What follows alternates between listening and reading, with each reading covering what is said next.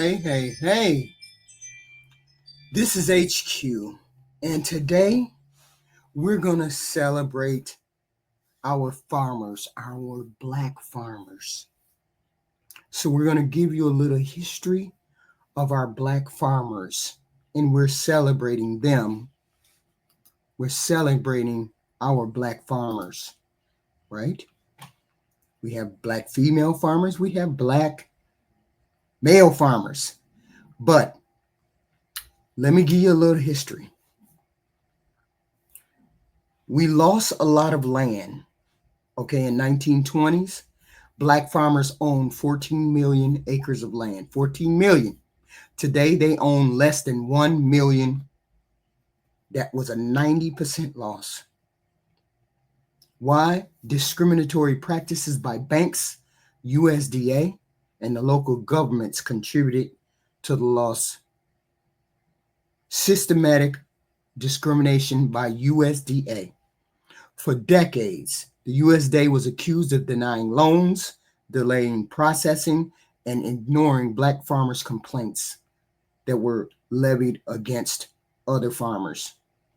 The landmark Pigford versus Glickman case in 1999 was a class action suit where thousands of black farmers sued the USDA for discrimination. Over $1 billion was eventually paid out, but many claims were delayed or denied. In 1920, there were nearly 1 million black farmers. By 2017, only 45,000 remained, about 1.3% of all farmers. So, here comes the help that the Biden administration, and people say, Biden didn't do anything for the black people. Biden did this. The Biden administration started or was a part of their policy, the American Rescue Plan of 2021, ARPA.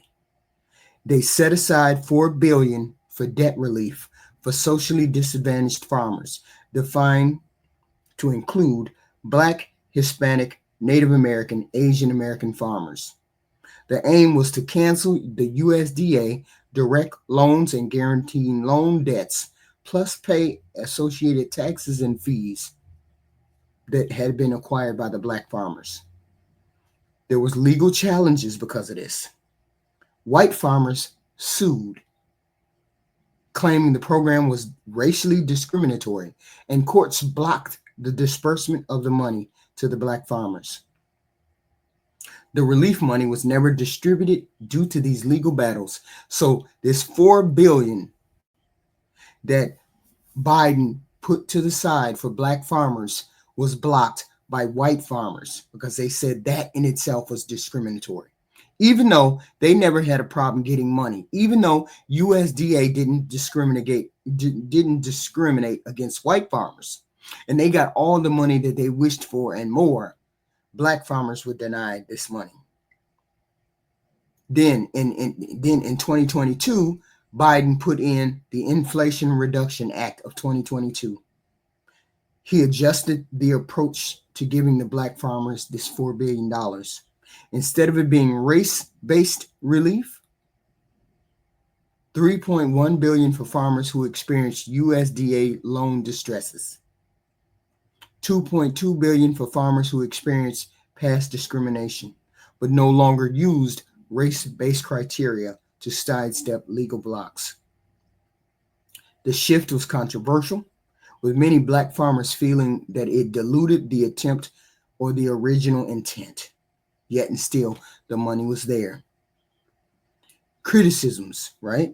Groups like the National Black Farmers Association say many black farmers have still not seen meaningful aid. They've seen aid, but not meaningful aid. Okay? So currently, a lot still feel like the USDA continues to sidestep black farmers. Okay? If you listen to the farmers on TikTok, if you listen to the TikTok farmers, right? If you listen to some of them, they still not getting no help. They still not getting no help. I saw this one guy on TikTok. He said, I don't know why y'all mad. The black farmers don't mean jack to the black farmer. Black farmers ain't getting no help no way. So we're gonna listen to him. What did he say? Hold on. Let me get him up. Okay. He said, y'all ain't helping us no way. So we don't even, it don't even matter. So I'm like, okay, let me listen to what he got to say. Hold on. What is he saying for black farmers? Just listen. Hold still. What is he saying? A lot of money very, very quickly using pigs. One of the biggest questions that I get a lot of times is, what do you feed these pigs? And no, hold on. I got to get him the right one up. This is eat local. Why? Buy some. What's going on? You're not a. So I'm a black farmer, and you ask me, can you make money off of raising pigs? So I'm a black farmer, and you ask me, can you make money off of raising pigs?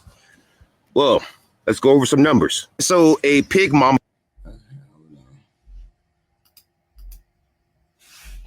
Black farmers not getting help.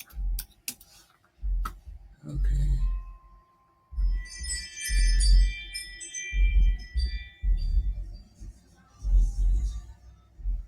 Okay. What did he say?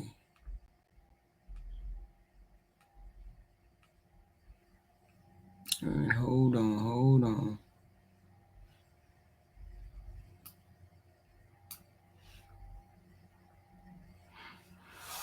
No. So now we know years and years ago. The exclusion of black farmers from federal assistance. One minute. Let's listen to maybe one or two story women. Let's hear about black farmers back in the day. Let's hear about what they went through. For decades, exclusion of black farmers from federal assistance. Hold on, here we go. For decades. Let's listen. The exclusion of black farmers from federal assistance. For decades, black farmers in the United States have faced systemic discrimination in accessing federal aid. Despite their contributions to American agriculture, black farmers were routinely denied low-interest loans, grants, and subsidies from the U.S. Department of Agriculture, USDA. These programs were essential in helping farmers expand their land, purchase equipment, and survive economic downturns. But many black farmers were locked out due to racist policies and local USDA officials who favored white farmers. During the 20th century, black farmers lost millions of acres of land, often due to foreclosure or lack of financial support. Many who applied for USDA loans faced delayed processing, unfair denials, or excessive bureaucratic barriers. The 1999 class action lawsuit Pigford v. Glickman exposed these discriminatory practices, leading to a settlement meant to compensate affected farmers. However, many still struggled to receive meaningful assistance. Although reforms have been introduced, black farmers continue to fight for fair access to federal resources. The lasting effects of past discrimination have contributed to the drastic decline of black-owned farms, highlighting the ongoing struggle for justice and equity in the agricultural industry. Oh my God! So, discrimination ran rampant. So they couldn't get any help, right? So the first batch of help was that from Biden. That first batch of help. They were supposed to get that help from what was it? They were supposed to get that help from the USDA lawsuit, Pickford. But it never came about. That help never came about. It was slow. Some people got it, some people didn't. So that need was addressed by Biden, right? Black farmers, they have faced generations of discrimination leading to massive land wealth loss. We see that. The Biden administration tried to help in 2021. Courts blocked it, race-based. The Inflation Reduction Act put it back on there as a broader, more neutral plan, except it wasn't race-based. And many farmers still say we didn't receive as much as we were supposed to. Now, I get all that. I get all that. So today, we, as a way of saying thank you to our black farmers, as a way of saying, I see you, I hear you, we are celebrating black farmers, female and male, black farmers, okay? Because they are out there and they are doing their thing, okay? They are doing their thing.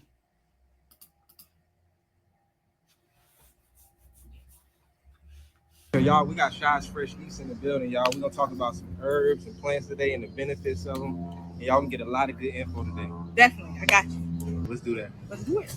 Welcome to the garden. I grow a lot of stuff. I grow primarily foods, herbs. I grow some fruits. I got some fruit trees.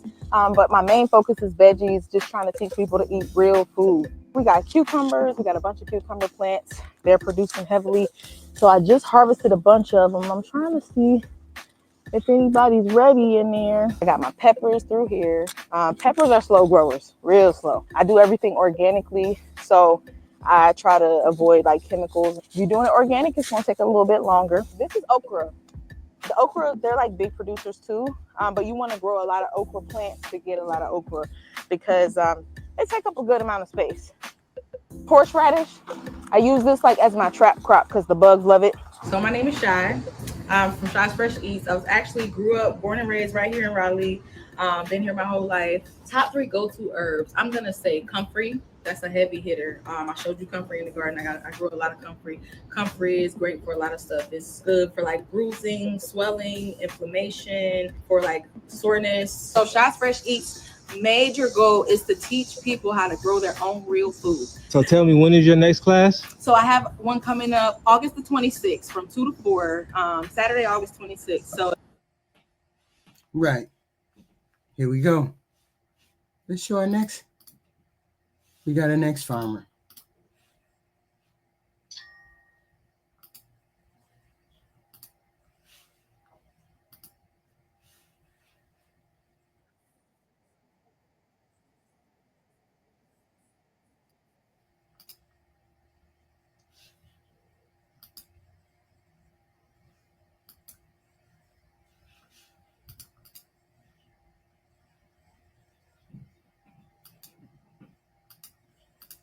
Hold on.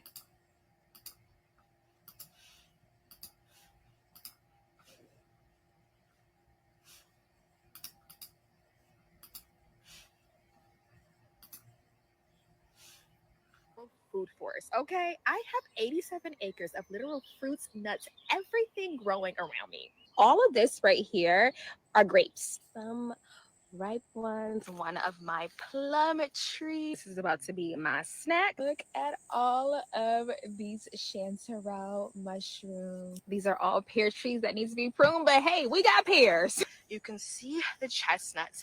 They're not ripe yet. A persimmon. Right up here is a persimmon tree. All right, over here is more pears, more apples. Look at these apples.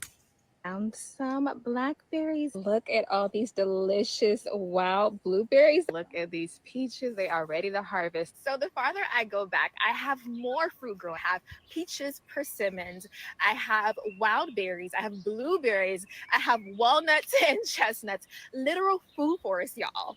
I live in a literal food forest. You go, sister, you go. We have female farmers out there. We celebrating female farmers. You go, sister, you go. Proud. You go. We got some more.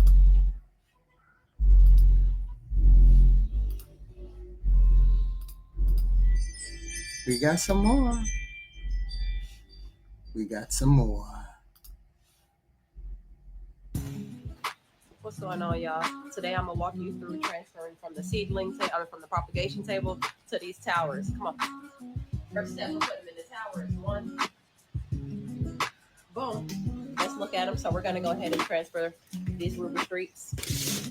I'm gonna do another. I think this is kale. This is kale. So let me just put that right here. But this, hold on, because this almost fucked me up just now. This is ruby streaks. This is kale. So we're gonna go ahead and put these both on the towers. We would put this on the tower. We would put this 5-star on the tower, but actually we're just gonna go ahead and sit on it for a couple more days to see what it does, right? Step one is we're gonna spray some neem oil. I know I'm running low. You don't have to tell me. I know I'm running low. We're gonna spray this neem oil on the crops, the seedlings, and the reason why we're doing this is because during the fall and winter, aphids lay over eggs, which is pretty much just going dormant. They hibernate on crops. So we're going to go ahead and spray this to compete to make sure that doesn't happen. And we will not have to spray these again because it's the fall. So we're going to go ahead and spray these, get that done. Boom. You don't want to soak them. You just need like a light mist. And it should look like, when you're done spraying them, it should look like a light milk mist over it. You don't need any more than that. You know what I'm saying? That's good. Just rock with that. So this is not really one of these crazy tasks that is so hard, and that's why I think it's one of the best things about being a hydroponic farmer, because all I'm really about to do is plop 1, plop 2, plop 3, 4. Now it's in columns of 4, as y'all see, 4 on each of these towers, 4 on each of these levels. So that's why I just go ahead and do them in 4. It's not because it's any particular reason, or that's how I just pull it, grab some of these clips. Now this is where it gets interesting. This is where it gets dynamic.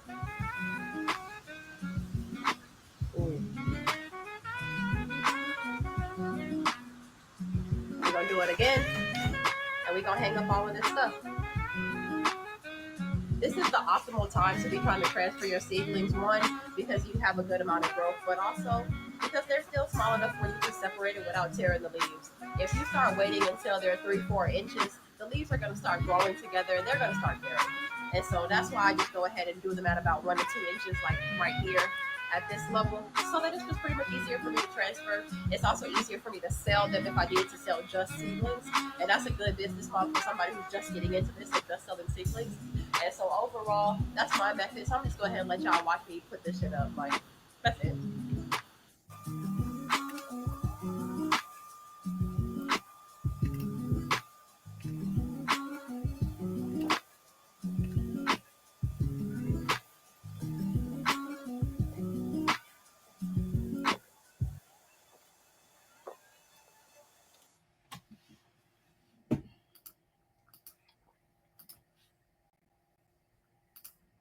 Wow. I don't know anything about farming, but you know what?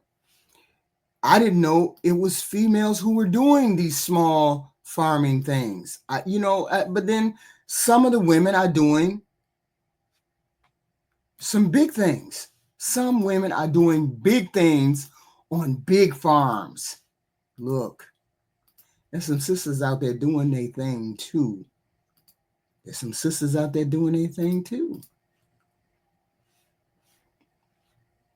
Let me tell you, this is our second fire that we're dealing with. So if you can remember, we had a first fire and they had this whole area right here messed up. Everything was burnt to a crisp. And we actually had to take the time, if you recall some of our other videos, and get U-Haul trucks and cut up all the timber that was burned and decaying on the ground to fix everything back up. And now we're dealing with a second fire. And this is how they left our property again for the second time. and we're going to have to go through the same process. It took us a year to actually straighten it out the first time it happened. Now it's going to take us, I don't know how long, to do it the second time around. But this is what they did. This is the fire that they set the second time. That's crazy. Now, they face harassment, they face fires, they face all kind of sabotage. And it may or may not be from black or white, whoever. I'm assuming it's from white farmers who have jealousy in their hearts about these black farmers. So some black farmers can't get ahead. So what does it take? What does it take for you to be a farmer? And I had to look that up, and I had to figure out what does it take? What would I need to do? You know, what kind of knowledge and skills would I have to be? Okay, but it's an interesting dynamic because you got to know something. You got to have agricultural knowledge. I understand that. Soil health, crops and livestock, planting and harvesting, pest and disease control. You got to know all of those things. You got to know the chemicals, the timing, when and what to grow, what to put in the ground. Then you got to know, you got to have business savvy and financial skills. You got to know how to budget, manage, marketing, sales, record keeping, understand how you can get subsidies, grants, loans, all of those things you got to know as a farmer. You got to have the mechanical knowledge. You got to know how to use machinery, tractors, irrigation systems, harvesting, regular care, fencing, barns, irrigation lines. You need to know how to do all those things, and you need to know if you're able to fix it, go out there and do it, hire from outside, inside, all of those things. You got to know how to do all those things as a farmer. And legal and regulatory knowledge, land use, where you can do your farm, where you can make your farm. Can this be a farm? Animals, can you have animals near this zone, in that zone? Can you raise livestock? Safety measures, especially if there's a known infestation of I don't know, rats or whatever. You got to know all these things. You got to know all these environmental regulations. What is when and how. Okay, and then comes the things that are not taught: problem-solving ability, capability, weather. You can't predict weather. You can't predict pests, market changes, who wants what. Are you viable? Are you selling a product that somebody wants? Farms are risky business. It is, because you can have people coming back and blowing your shit up, just like them people came and burnt their stuff down. Can the market crash? Did the idiot president decide they're gonna deport all your workers? It's a lot of work to own a farm. Physical, long hours, especially during planting and harvesting. You got to know how to do all of these things. I don't want to be a farmer. I take my hat off to the farmers, which is what I'm doing right now, taking my hat off to the farmers, because they doing the damn thing. I couldn't even begin. Let's look at some more stories, shall we? Hey, stay on one fucking plate. I'm not gonna tell you again. Leave people alone. Stop just doing shit. She's gonna start trotting her thick ass faster. Come on, man. Get your fucking ass in here. Stop doing that shit.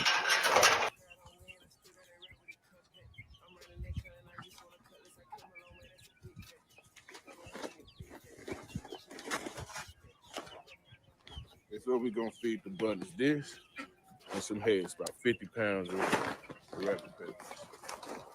This is 50 pounds of scratch grain. Really, I'd give it to everybody, just like a quick snack whenever I want to just throw shit to them. This is it.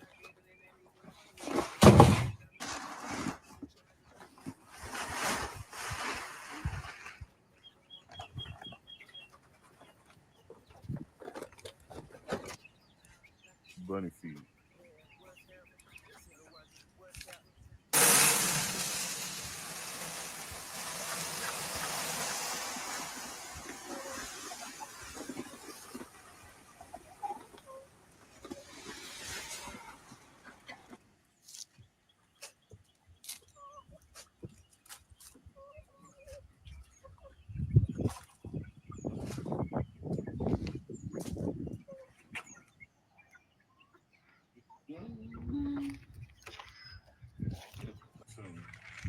stock peppers right here. I'm gonna get a bowl of corn. I got that corn up here. I got that feed down here. Let's go feed them real quick. Man, chill. Come on, bro. You see me coming with this shit. Y'all know who first in line. Doing all that goddamn crying like you hungry. You should have been your ass at home.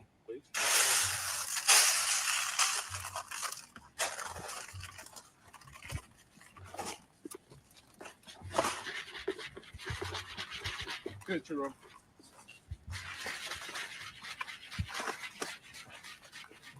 But Sarah, he gonna flip your fucking ass.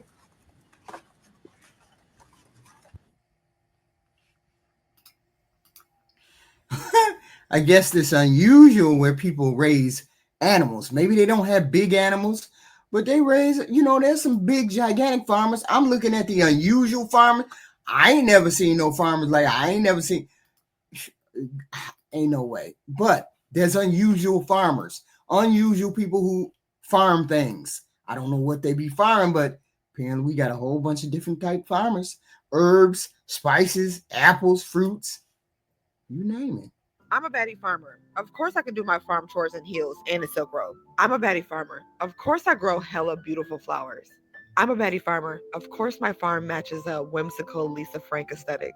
I'm a baddie farmer. Of course I sell rainbow eggs. I'm a baddie farmer. Of course I match my clothing to my farm aesthetic. I'm a baddie farmer. Of course my animals get hair and grooming day. I'm a baddie farmer. Of course my farm products look cute AF. I'm a baddie farmer. Of course I test my manganese in front of my chickens. I'm a baddie farmer. Of course I wear heels and a pink bee suit during bee chores. I'm a baddie farmer. Of course my harvest basket is pink. I'm a baddie farmer. Of course I carry my own 50-pound bales of hay. I'm a baddie farmer. Of course the animals love me. I'm a baddie farmer. Of course we have a monarch way station where we save monarchs. I'm a baddie farmer. Of course we use farm fresh ingredients and I get down in the kitchen every day. I'm a baddie farmer. Of course we grow the most beautiful berries. I'm a baddie farmer. Of course we have tea time with the chickens and dress up and give them their own little treats. I'm a baddie farmer. Of course I make my neighbors homemade gifts every holiday. I'm a baddie farmer. Of course I make my own bread and teach you how to do it for free right here on TikTok, and you should follow me. This is interesting. It's getting interesting because I didn't know. You know what? All the year I know there's farmers, but I don't keep up with farmers. And I know there's big farmers. I know there's huge farmers, right? I know there's huge farmers out there. But we're gonna take a look at some of the bigger farmers. We're gonna take a look at some of the bigger farmers. Okay, those are small ones, niche farmers. And there's niche farmers, but some are huge. So let's take a look. Let's take a look. What's going on, y'all? How y'all doing today? My name is Lane. I'm a third-generation farmer from Florida, and I'm standing in a field of potatoes we planted 70 days ago. We're going to dig one up. We're going to take a look and see what it looks like. This is a 90-day variety here. They are lapping up pretty good. Vines are looking nice and healthy, but that doesn't necessarily mean that there's anything good underneath them. But like I say, we're about to see. Eeny, meeny, miny, mo. I forgot to bring a tripod with me, but these things are big. I mean, they're about knee high. I'm 6'1". Nice, healthy looking vines. Enough talking. Let's dig one up. It's right here so you get your hands dirty. Mama didn't raise no pretty boy. Well, this is what we got so far. That's what's to be expected this time of year. Now, like I said, this is a 90-day variety, but we ever hardly harvest them on the 90th day. We give them plenty of time to grow in size like we need them to. Now, looking at the seed here, that's the original seed piece that grew this plant. We cut our seed in a half, thirds, or fourth. That way we get more use out of them. This farm that I'm on has some of the sandiest ground that we have. Nice, good sandy dirt produces pretty potatoes. I'll cover them back up. I'll come back and get them when it's time. I plan on trying to film as much as possible, trying to keep you updated on how the process is coming with growing the crop. But pretty soon here, before we know it, it'll be time to get in here and dig them. Absolutely. Absolutely. So we look at the farmers. Some of these farms are huge, right? Some of these farms are huge and they need all the support that they can get, right? Male, female, you name it. So we're showing you some of the big farmers and the small farmers and the niche farmers, right? Hey, him, let's go feed these animals, okay? Hey, man, somebody. So we came out here to feed the goats. They over there chilling with the cows. Well, some on the other side, some on this side. Now, but come on, eat him. They food out. Don't about our business. However they want a holiday. Look at them. Them right there smart. Look at Winston Higgins. They smart. Come on, guys. There they go. There they go. Cinnamon, nutmeg, and Winston. There you go. There you go. Go get it. Go get it. Go get it. Come here, Winston. Come on, big guy. Dude, get on. Come on, big guy. Come on, Hey, Winston. Cinnamon. Hey, Cinnamon. Look at her. Yeah. Hey, Cinnamon. Hey, Nutmeg. These weeds out here. Hey, Nutmeg. Yeah, these weed, they gonna eat them. Hey, Nutmeg. Hey, girl. Down, dude. What up, big boy? That big old belly. Boy, you been eating. Look how big it, but you are getting so big. Hey, he probably 12 weeks old. Look how big he done got already. Fancy free and Coco on the other side over there. Come on, y'all. Let's go eat. Come on, Winston. But he already trying to stand up to do. Hey, Cinnamon. He wants to stand up Hey, girl. Hey, girl. Hey, girl. Hey, Cinnamon. Right now. Don't. Come on, y'all. Dude. They on the other side over there. Look. They're over there with a cow. Look, They're there with boy cow. He want to stand up to do. Okay, Winston. Y'all better come on over here now. Whatever. Whatever. Come on. Come on, y'all. So Winston, Cinnamon, and Nutmeg over here eating. Fancy Free and Coco on the other side. They tripping. Like they over there bang. And they don't know to walk down and come in the gate. They tripping. So we have all these people having unusual farms, unusual things that they trying to cultivate. You never know what kind of farmers. There's all kinds of farmers. So I was just highlighting the beauty of farming, the beauty of being a farmer, understanding what they're doing. Let's finish. Welcome to H&H Farms of Surrecta, North Carolina, Duplin County, where we grow pasture-raised pork. We have multiple varieties of hogs here. We have Duroc, Hampshire, Cheshire. We grow farrow to finish. Here we go.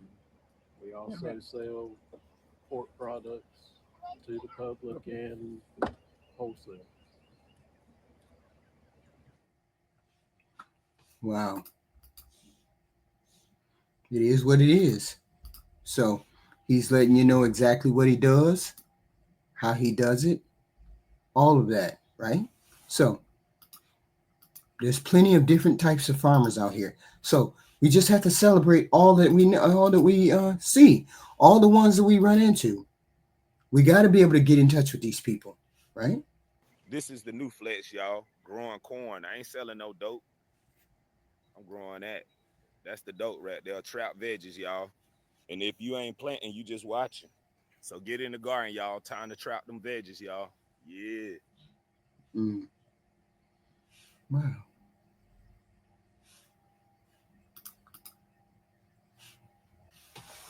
So how do we support our local farmers? How do we celebrate our Black farmers? Because we very rarely hear about them. All I've heard lately is the Black farmers are not getting anything. The white farmers are upset that they're taking the immigrants away. Are those same things on Black farms? Are Black farmers having the same headaches as white farmers? I don't know. All I know is we need to celebrate. We need to be able to go to places like Farmers Day events. We need to host or attend those kind of things. Organize or participate in local events like farm to table dinners, harvest festivals, or Farmers Appreciation Day, often celebrated in October, right? Social media shout outs, just like I'm doing. I'm shouting out Black farmers, right? Share the stories, photos, videos of Black farmers, okay? Use hashtags like Thank a Farmer, Black Farmers Matter, local food to raise awareness about farmers. Educate, use educational programs, support schools, visits to farms, or invite farmers to speak at schools and community centers. Celebrate the essential role in classrooms, especially during Earth Day, Food Day, National Agricultural Week. Honor farmers in faith-based communities and public forums. Dedicate time during church services, prayers, and all of those things in order to honor our farmers. You can support them by buying direct from farmers. Shop at farmers markets, subscribe to SCAs, community supported agriculture, visit farm stands, or buy from local food co-ops. Support fair policies. Advocate for policies that offer grants, loans, loan forgiveness, land access, small black and brown farmers all over the board. Fund sustainable agriculture and water conservation. Enforce fair pricing from corporations. Specifically, make sure that you're supporting them getting loans, grants, and scholarships. Support food justice organizations like Soul Fire Farms, National Black Farmers Association, the Federation of Southern Cooperatives. Volunteer for farm builds, harvest days, fundraising campaigns. And then you got to protect the land. Support land trust organizations that help preserve farmland from development. Educate your community about the dangers of land loss due to urban sprawl or debt. Okay. How can we access Black farmers' products? We can do this by shopping from directories of Black-owned farms. These platforms are designed to connect you with Black farmers and food producers. Take a look at these. Support our farmers. Here we are. Okay. Support your local farmers, Black farmers. Find out where Black farmers are. Focus on Black-owned restaurants, farms, etc. Shop at Black farmers markets. Some cities host Black-led or Black-centered farm markets. Check locally. Black Farmers Market, Raleigh and Durham, Freedom Markets Market, Oakland, California, We Grow Farmers Markets, Detroit, Baltimore, Atlanta. Join CSA, Community Supported Agriculture from a Black Farm. Okay. Many own CSA or own farms offer CSA boxes where you pay a subscription for a weekly or bi-weekly box of fresh food. Soul for Fire, Phoenix Farms, Rise and Root Farm. Okay. And they offer some sliding scale prices or they accept EBT. You can order online from Black-owned food brands or farms. Some farmers and food producers ship nationwide. The Black Farmers Box, McBride Sisters Wine, and Ivory Coast Farms, just to name a few. Use social media to find local Black farmers. Hashtag Black Farmers, hashtag Black-owned farm, hashtag support Black farmers, hashtag buy Black agriculture. Follow farmers on Instagram or TikTok. Many take direct orders or share when they're at local farms. And this is how we can support our Black farmers. So today we're celebrating our Black farmers. And I thank you for the support, for listening. Thank you.